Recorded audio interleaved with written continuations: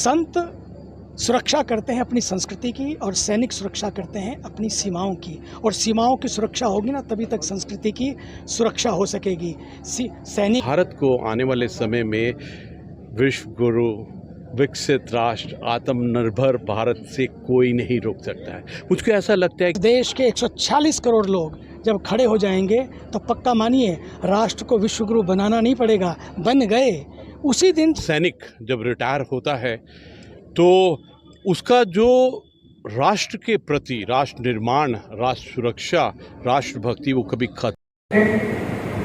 Captain Nityanand, captain Dayaram Bhati, अनमोल पंडित जी।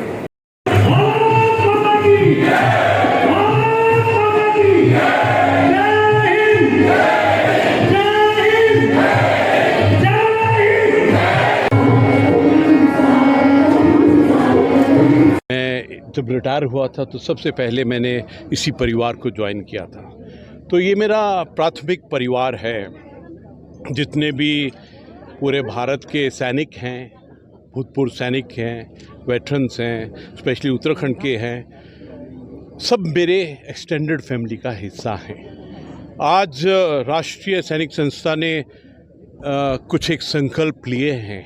मुझको ऐसा लगता है कि हर एक सैनिक जब रिटायर होता है तो उसका जो राष्ट्र के प्रति राष्ट्र निर्माण, राष्ट्र सुरक्षा, राष्ट्रभक्ति वो कभी ख़त्म नहीं होती है। ये जो अध्याय है ना राष्ट्रभक्ति का, राष्ट्र निर्माण का, राष्ट्र सेवा का, ये अंतिम सांस तक चलता है। इसलिए जो भी रिटायर हुआ है उसके मन के अंदर, आत्मा के अंदर में एक लगन रहती है कि मैं किस प्रकार अपने राष्ट्र, समाज और हर जन हित में कार्य करूं। मुझको ऐसा लगता है कि हर एक फौजी जो रिटायर होता है वो अपने आप एक नेचुरल लीडर है। उसकी आत्मा में एक जवाब आता, एक सवाल सा उठता रहता है कि मैं किस प्रकार समाज में लीडरशिप करूं, मैं अपने समाज को आगे लेके जाऊं। जो आज का क्षण है भारत का वो बहुत अलग है। आज एक ऐसा क्षण है कि ट्रांसफॉर्मेशन, मॉडर्नाइजेशन, अपने आप को, सेल्फ वर्थ को पहचानने के लिए एक क्षण मिला है।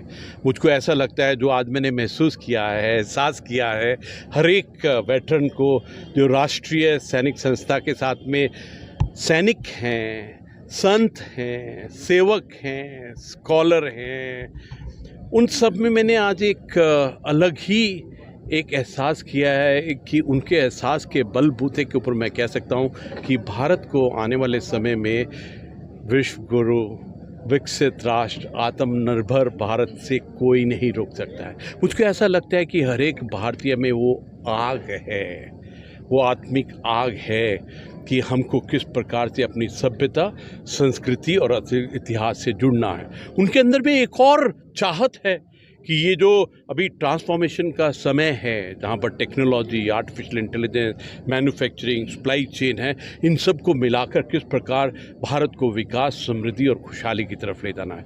आज सबसे चीज़ मुझे टच किया है, एकदम आत्मा के स्तर पर टच किया, हमारी जितनी भी महिलाएं जो आज राष्ट्रीय सैनिक संस्था में आई थी, सबने सिर के ऊपर में टोपी डाली थी। देखिए जिस दिन राष्ट्रगान उसके बाद होता है, सवेरे यज्ञ होता है तो राष्ट्रगान होता है। मुझे लगता है आज यही चाहिए।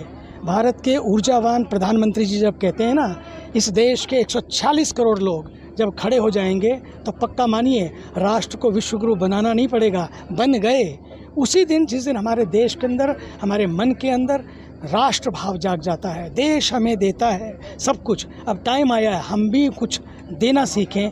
जिस दिन ये बात बन जाएगी, पक्का मानिए बात बन जाएगी। और आज वही दर्शन कराया हमारे देश के इन जवानों ने। लगता था हमारे जनरल साहब और हमारे गवर्नर साहब रिटायर हुए हैं, लगता ही नहीं था बिल्कुल। ऐसा जोश भर दिया उन्होंने, उनको देख के सभी में जोश आ गया। किसी को नहीं लगता था कि वो रिटायर हुए हैं, ये सब रिटायर हो गए। सर अब आपने एक बात बोली कि जो वो होते हैं, ये संत सुरक्षा करते हैं अपनी संस्कृति की और सैनिक सुरक्षा करते हैं अपनी सीमाओं की, और सीमाओं की सुरक्षा होगी ना तभी तक संस्कृति की सुरक्षा हो सकेगी।